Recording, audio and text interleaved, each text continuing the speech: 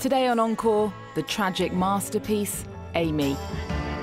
We only said goodbye with words.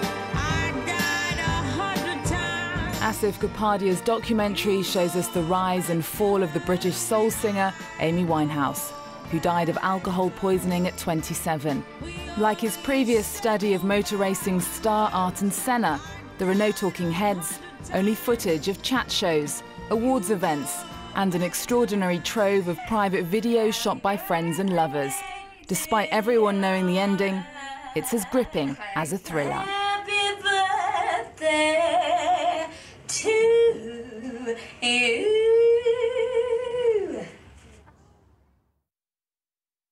Asif, congratulations on the film. Thank you. It's totally stunning. It's quite surprising. Before she was famous, friends and lovers seemed to be filming her all of the time. How can you explain that? And they kept it. Yeah, they did. I mean, I think it's one of the reasons they kept it, and one of the reasons this footage existed, it sort of predates iPhones. It's before camera phones, so it's actually a physical tape. So it was like a mini DV tape, or a DVD recorder, or a VHS tape. And so you keep them. You just put them on a shelf and you forget them. Were it the iPhone generation, at some point you're standing somewhere going, oh, I have to delete something. They probably would have deleted the video and recorded something else over the top. But actually, because it was just slightly earlier, people do keep things because they never remember to rewatch them. And then as Amy got ill, as things got worse, they didn't want to look at them again. It was too painful to look at them.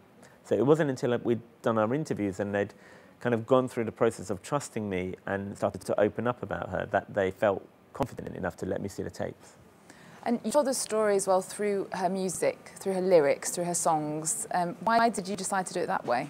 I mean, it seemed like this film's called Amy, it's about Amy, and actually she's at her most eloquent when she's writing. I think that was a big revelation for me. Everyone talks about her voice, but her writing is amazing.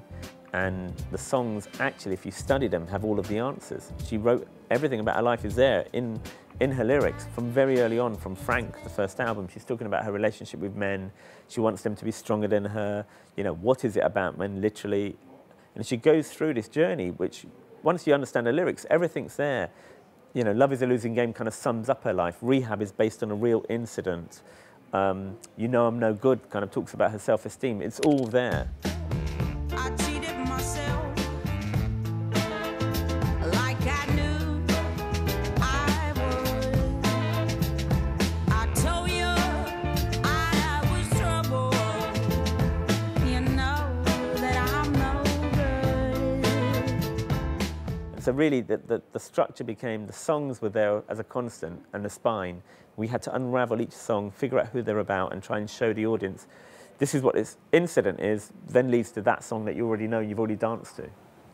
She even says herself, though, that music is kind of her outlet to her depression.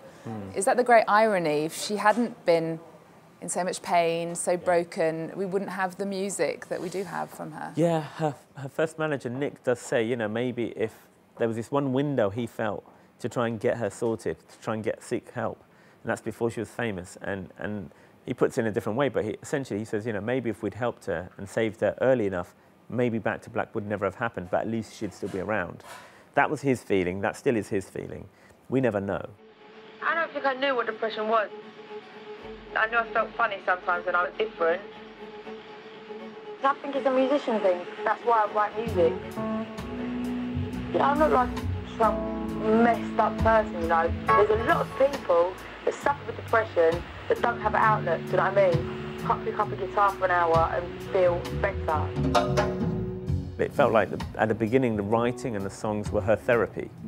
The problem is as a song like Rehab becomes more and more successful, everyone wants her to sing it and her problems get worse and worse and worse. You know, she's standing there on stage with a huge glass of wine singing Rehab, and it's not funny anymore, but people kind of enjoyed her demise. That's the problem. People started to go to see her to see how messed up she was, rather than the artist that she started off as. They try to make me go to rehab. I say no, no, no.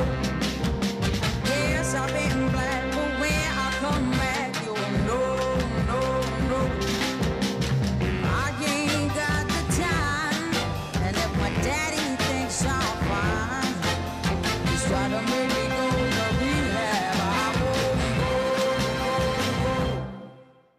And with all the media interest, all the press obsession, our obsession, how did you get the people in her life to trust you to do a film? How did you convince them?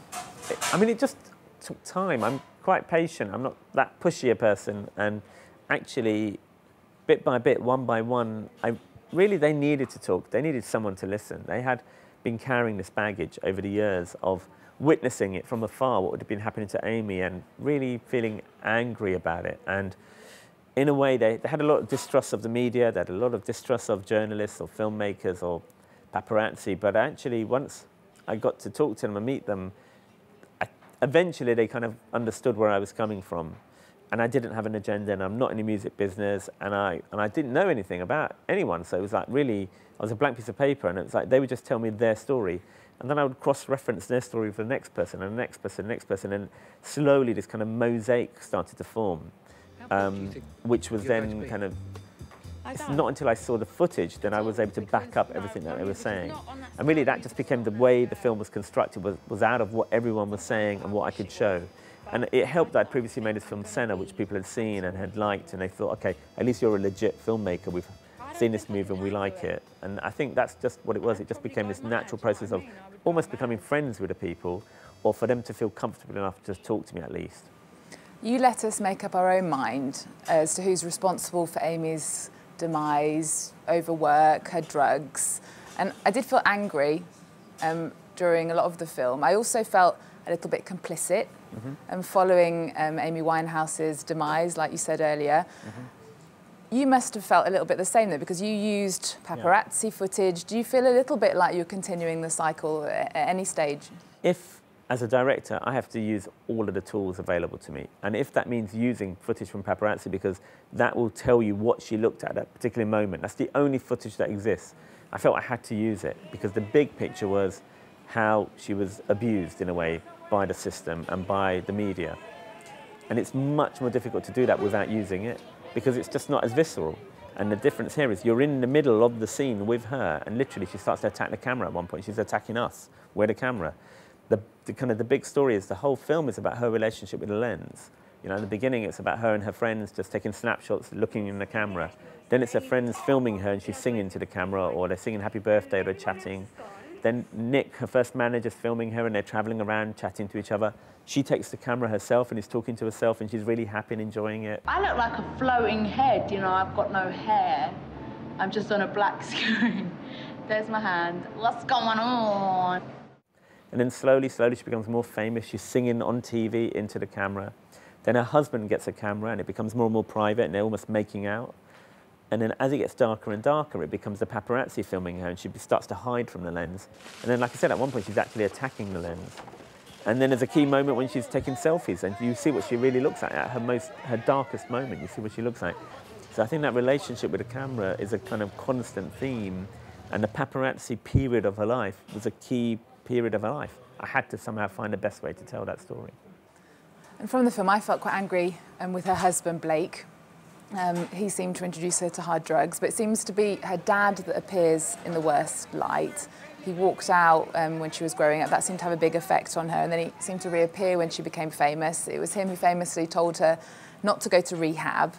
You know, what do you make of her father? I think the whole story is very complicated. That relationship with all of these men, what is it about men, you know, that somehow affected her? There are loads of people around her that made decisions at different moments that didn't seem to be the best for her. And, you know, that Amy talks about it herself in her songs. It's all there. Our job, my job as a director, was to try and do the research and find the best way to put it out there.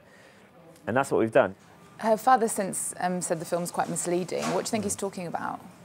I don't know, because it's different things, different interviews, he says different things. I think some of the interviews I've read are actually about things that are not in the film, in the latter period of her life. But I think most of it is the way it was. I mean, this is what was going on. I mean, like I said, I've spoken to so many people, they told me a lot of stories, and then the footage backed up what people had said, and all I'm doing is putting out there what was going on around Amy. You probably know more about her now than almost anybody after all the research you've done. Who was Amy Winehouse, do you think, and how should we remember her? Amy was very intelligent and very complicated, and in many ways a huge contradiction. You know, she was very shy, but she was a show-off. You know, she was amazingly talented. She wanted to be successful, but she was terrified of fame. She was a friend of people, and then she would not speak to them for years. And there would always be one thing and the opposite. She was extremes in many ways. Whatever she did, she'd do to the kind of ultimate level. This person who was so famous, people had the songs, people danced to the songs, multimillionaire, most people have never seen her happy. And it felt like that, if that's the simplest thing that comes across in the film, you realise that she wasn't a junkie, she wasn't born like that. She was actually an ordinary girl, quite happily minding her own business, who one day fame come along and swept her along. And this juggernaut just got out of control. And I think she wasn't able to kind of control it, and it felt like the people around her weren't in control of it necessarily either.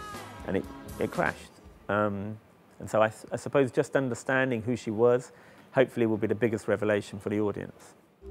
I don't think I'm going to be at all famous. I don't think I could handle it. I would probably go mad, you know what I mean? I would go mad. Is it hard to know who you can trust?